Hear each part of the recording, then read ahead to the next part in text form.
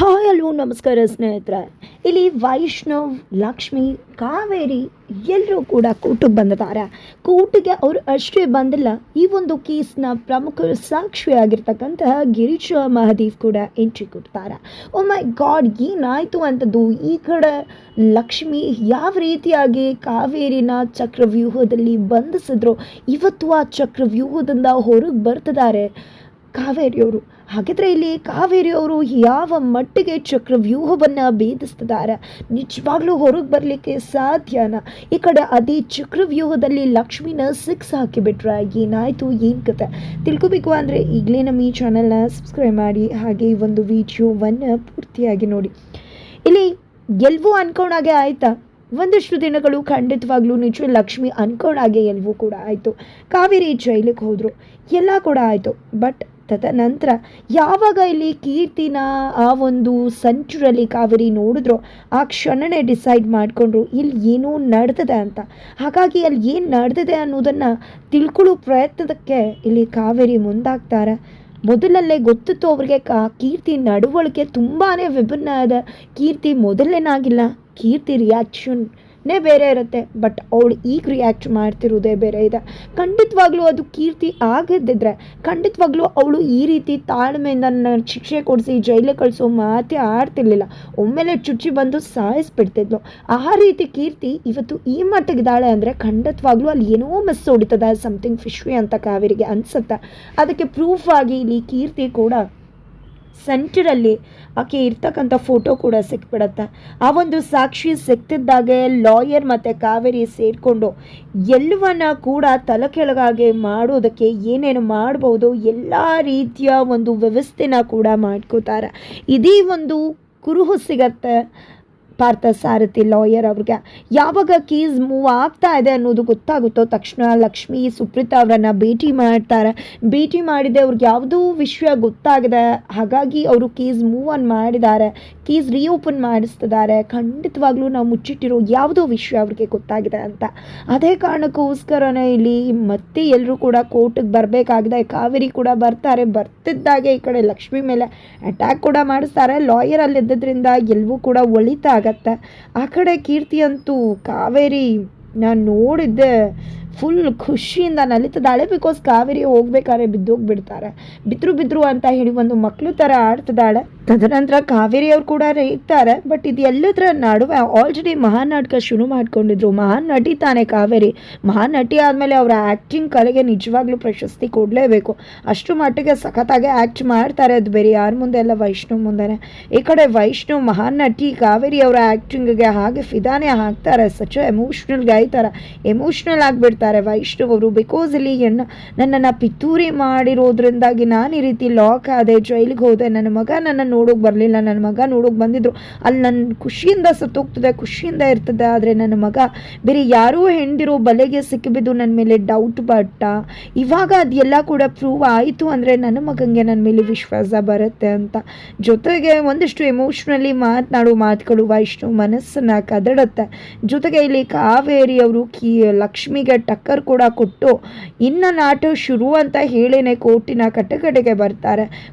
ಕಟಕಟೆಗೆ ಬರ್ತಿದ್ದಾಗೆ judge ಹೇಳುವುದು ಒಂದೇ, ಏನಿದು ಆಲ್ರೆಡಿ ಇದು ಸೆಷನ್ ಕೋರ್ಟಲ್ಲಿ ಎಲ್ಲ ರೀತಿ ಆಗಿದೆಯಲ್ವಾ, ಆ ಒಂದು ಜಡ್ಜ್ಮೆಂಟನ್ನು ನೋಡಿದ್ರೆ ಕರೆಕ್ಟಾಗಿ ಶಿಕ್ಷೆ ಕೊಟ್ಟಿದ್ದಾರಲ್ವಾ ಅಂತ ಹೇಳ್ತಿದ್ರೆ ಈ ಕಡೆ ಸೌದಾಮಿನಿ ಅವರು ನಮಗೆ ಒಂದಷ್ಟು ಸಾಕ್ಷಿಗಳು ಮಿಸ್ ಆಗಿತ್ತು, ಇವತ್ತು ಆ ಸಾಕ್ಷಿಗಳು ನಮಗೆ ಸಿಕ್ಕಿದೆ.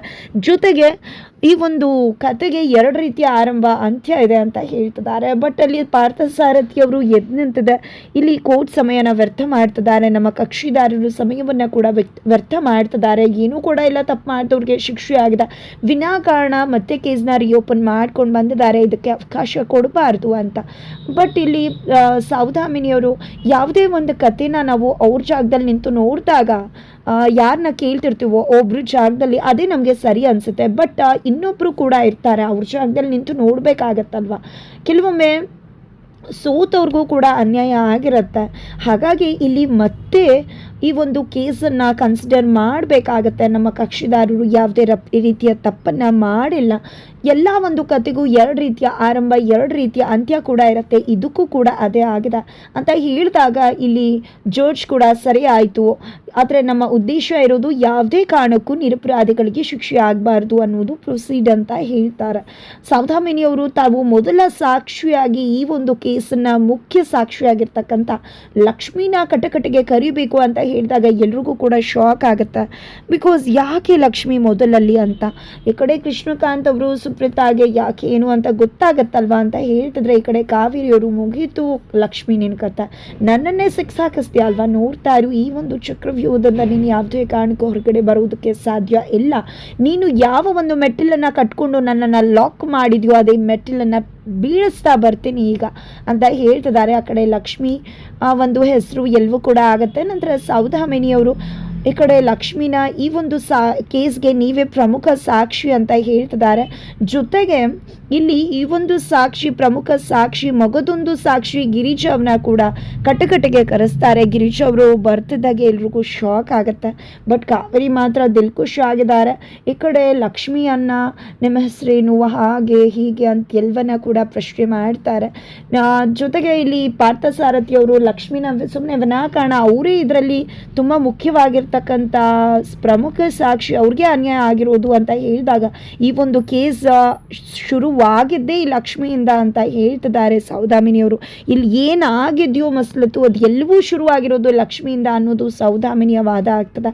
ನಂತರ ಗಿರೀಶ್ ಅವರು ಬರ್ತದಾಗೆ ನಿಮ್ಮ ಹೆಸರೇನು, ಹಾಗೆ ನಿಮ್ಗೆ ಎಷ್ಟು ಸ್ಯಾಲ್ರಿ, ನೀವು ಮೊದಲೇ ಬಂದಿದ್ರಲ್ವಾ, ಕಾವೇರಿ ನಿಮಗೆ ದುಡ್ಡು ಕೊಟ್ಟು ಈ ಕಡೆ ಲಕ್ಷ್ಮಿನ ಸಾಯಿಸೋಕೆ ಹೇಳಿದ್ರು ಅಂತೆಲ್ಲ ಅಂದಾಗ ಹೌದು ಅಂತಾನೆ ಒಪ್ಕೋತಾರೆ ಗಿರೀಶ್ ಅವರು.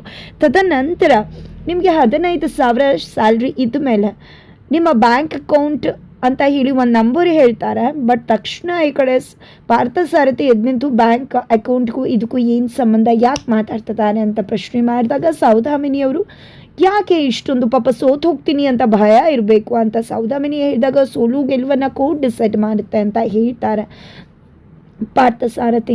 ತದನಂತರ ಇಲ್ಲಿ ಬೇಕಾಗತ್ತೆ ಆ ಒಂದು ಅಕೌಂಟ್ ಏನು ಅನ್ನೋದನ್ನ ನನಗೆ ಅವಕಾಶ ಮಾಡಿಕೊಟ್ರೆ ಪೂರ್ತಿ ಮಾಡ್ತೀನಿ, ಅದಕ್ಕೂ ಮುನ್ನ ಈ ರೀತಿ ಮಾತಾಡಿದ್ರೆ ನಾನೇನು ಮಾಡಲಿ ಅಂತ ಸೌದಾಮಿನಿ ಹೇಳಿದಾಗ ಈ ಕಡೆ ಜಡ್ಜ್ ಕೂಡ ಪಾರ್ಥಸಾರಥಿಯವರ ನೀವು ಕುತ್ಕೊಳ್ಳಿ ಅಂತ ಹೇಳ್ತಾರೆ. ಹಾಗಾಗಿ ಇಲ್ಲಿ ಸೌದಾಮಿನಿ ತನ್ನ ಕಂಟಿನ್ಯೂಸ್ ವಾದವನ್ನು ಮುಂದುವರಿಸ್ತಾರೆ. ಗಿರಿಜಾ ಹತ್ರ ಅಕೌಂಟ್ ನಂಬರ್ನ ಹೇಳಿದಾಗ ಹೌದು ಇದು ನನ್ನದೇ ಅಕೌಂಟ್ ಅಂತ ಹೇಳ್ತಾರೆ. ನಿಮಗೆ 25,000 ನಿಜವಾಗ್ಲೂ ಕೂಡ ದೊಡ್ಡ ಅಮೌಂಟ್ ಆಗಿರುತ್ತೆ, ಯಾಕಂದರೆ ನಿಮಗೆ 15,000 ಸಂಬಳ ಇದೆ. ಹೌದು, ನಿಮಗೆ 25,000 ಅಮೌಂಟ್ ನಿಮ್ಮ ಬ್ಯಾಂಕ್ಗೆ ಟ್ರಾನ್ಸ್ಫರ್ ಆಗಿದೆ. ನಿಮಗೆ 15,000 ಸಂಬಳ ಇದೆ ಅಂದಮೇಲೆ 25,000ನ ಟ್ರಾನ್ಸ್ಫರ್ ಮಾಡಿದವ್ರು ಯಾರು ಅಂತ ಈ ಕಡೆ ಗಿರೀಶ ಮೌನವಾಗಿ ಇದ್ದು ಲಕ್ಷ್ಮಿನ ನೋಡ್ತಿದ್ರೆ ಈ ಕಡೆ ಲಕ್ಷ್ಮಿ ಕೂಡ ಶಾಕ್ ಆಗ್ತಿದ್ದಾರೆ. ಇದು ಮಾಸ್ಟರ್ ಸ್ಟ್ರೋಕ್ ಅಂದರೆ ಸೂಪರ್ ಸೌದಾಮಿನಿ ನೀನು ಅಂತ ಕಾವೇರಿಯವರು ಮನದಲ್ಲೇ ಖುಷಿ ಪಡ್ತಿದ್ದಾರೆ. ನೀವು ಹೇಳಿಲ್ಲ ಅಂದರೆ ನಾನೇ ಹೇಳಬೇಕಾಗತ್ತೆ. ಈ ಒಂದು 25,000ನ ನಿಮ್ಮ ಅಕೌಂಟ್ಗೆ ಹಾಕಿದ್ದು ಲಕ್ಷ್ಮಿ ವೈಷ್ಣವ್ ಕಶ್ಯಪ್ ಅಂತ ಹೇಳಿದಾಗ ಇಡೀ ಒಂದು ಕೋರ್ಟ್ ಶಾಕ್ ಆಗುತ್ತೆ ವೈಷ್ಣವ್ ಫ್ಯಾಮಿಲಿ. ಅತ್ತ ಕಡೆ ಸುಂದ್ರಿ ಒಂದು ರೂಮಲ್ಲಿ ಕುತ್ಕೊಂಡು ಆ ರೂಮಿನ ಒಂದು ಲಕ್ಸುರಿನ ಅನುಭವಿಸ್ದ, ಫೋನ್ ಚಾರ್ಜ್ ಇಲ್ಲ ಅಂತ ಚಾರ್ಜ್ ಹಾಕಿ ಹೊರಗಡೆ ಹೋಗ್ತಿದ್ದಾಗೆ ಗಂಗಕ್ಕ ಹೋಗಿ ಫೋನ್ ತಗೋತಾರೆ. ಆದರೆ ಪಾಸ್ವರ್ಡ್ ಲಾಕ್ ಆಗಿದೆ, ಬಟ್ ಫೇಸ್ ಲಾಕ್ ಆಗಿರೋದ್ರಿಂದ ಫೋನ್ ಅವ್ರ ಹತ್ರ ಇದೆ. ಹಾಗಾಗಿ ಸುಬ್ಬಿ ಫೋನ್ ಹುಡುಕ್ತಿದ್ದಾರೆ, ಎಲ್ಲಿ ಸಿಗುತ್ತೆ ಅಂತ ಗೊತ್ತಾಗ್ತಿಲ್ಲ, ಚಿಂಗಾರಿ ಫೋನ್ ಹುಡುಕ್ತಿದ್ದಾರೆ. ಇದ್ರ ನಡುವೆ ಅಲ್ಲಿ ವಿಧಿ ಫೋನ್ ನೆಟ್ವರ್ಕ್ ಸಿಗ್ತಾಯಿಲ್ಲ ಅಂತಿದ್ರೆ ಅದು ತಂದೆ ಫೋನ್ ಇರ್ಬೋದು ಅಂತ ವಿಧಿ ಹತ್ರ ಹೋಗಿ ಬಯಸ್ಕೋತಾರೆ ಕೂಡ, ನನ್ನ ಫೋನು ನಿನ್ನ ಫೋನ್ ಎತ್ಕೊಳ್ಳೋ ಕರ್ಮ ನನಗಿಲ್ಲ ಅಂತ ಹೇಳಿ. ಬಟ್ ನನ್ನ ಫೋನ್ ಎಲ್ಲೋಯ್ತು ಅಂತ ಹೇಳಿ ಫುಲ್ ತಲೆ ಕೆಡಿಸ್ಕೊಂಡ್ಬಿಟ್ಟಿದ್ದಾರೆ. ಬಟ್ ಅದು ಗಂಗಕ್ಕನ ಹತ್ರ ಇದೆ, ಗಂಗಕ್ಕ ಫೋನ್ ಇಟ್ಕೊಂಡಿದೆ. ಖಂಡಿತವಾಗ್ಲೂ ತುಂಬ ಸಾಕ್ಷಿಗಳು ಅದರಲ್ಲಿ ಸಿಗುತ್ತೆ. ಈ ಕಡೆ ಕೋರ್ಟಲ್ಲಿ ಒಂದು ನಡೀತಾ ಇದ್ರೆ ಆ ಕಡೆ ಗಂಗಕ್ಕನ ಹತ್ರ ಒಂದು ಪ್ರಮುಖ ಸಾಕ್ಷಿ ಇದೆ. ಹಾಗಾದರೆ ಇಲ್ಲಿ ಕಾವೇರಿಯವರು ಹೊರಗಡೆ ಬರ್ತಾರಾ ಇಲ್ವಾ ಇನ್ನೂ ಕೂಡ ಕ್ವೆಶ್ಚನ್ ಮಾರ್ಕ್ ಇದೆ. ಇಲ್ಲಿ ಕಾವೇರಿಯವರು ಲಕ್ಷ್ಮಿನ ಲಾಕ್ ಮಾಡ್ತಾ ಇದ್ರೆ ಅಲ್ಲಿ ಅವರ ಕಾಲ್ ಮಾಡಿರ್ತಕ್ಕಂಥ ಒಂದಷ್ಟು ಡೀಟೇಲ್ಸ್ ಚಿಂಗಾರಿ ಫೋನಿಂದ ಕಾವೇರಿ ಲಾಕ್ ಆಗೋ ಚಾನ್ಸಸ್ ಕೂಡ ಇದೆ.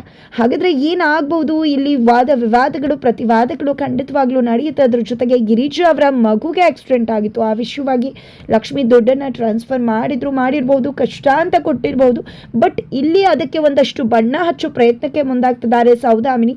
ಸುಳ್ಳು ಸಾಕ್ಷಿ ಹೇಳೋದಕ್ಕೋಸ್ಕರ ದುಡ್ಡು ಕೊಟ್ಟಿದ್ದಾರೆ ಅನ್ನೋದನ್ನು ಬಿಂಬಿಸೋಕೆ ಮುಂದಾಗ್ತಿದ್ದಾರೆ. ಹಾಗಿದ್ರೆ ನಿಜವಾಗ್ಲೂ ಕೂಡ ಇಲ್ಲಿ ವಾದ ವಿವಾದಗಳು ಪ್ರತಿವಾದಗಳ ನಂತರ ಕಾವೇರಿ ಬಿಡುಗಡೆ ಆಗತ್ತಾ ಇಲ್ವಾ, ಏನಾಗತ್ತೆ ಎಲ್ಲವನ್ನ ಕೂಡ ತಿಳ್ಕೋಬೇಕು ಅಂದರೆ ಈಗಲೇ ನಮ್ಮ ಈ ಚಾನಲ್ನ ಸಬ್ಸ್ಕ್ರೈಬ್ ಮಾಡಿ ಮುಂದಿನ ವಿಡಿಯೋಗೋಸ್ಕರ ವೀಚ್ ಮಾಡೋದನ್ನು ಮರಿಬೇಡಿ.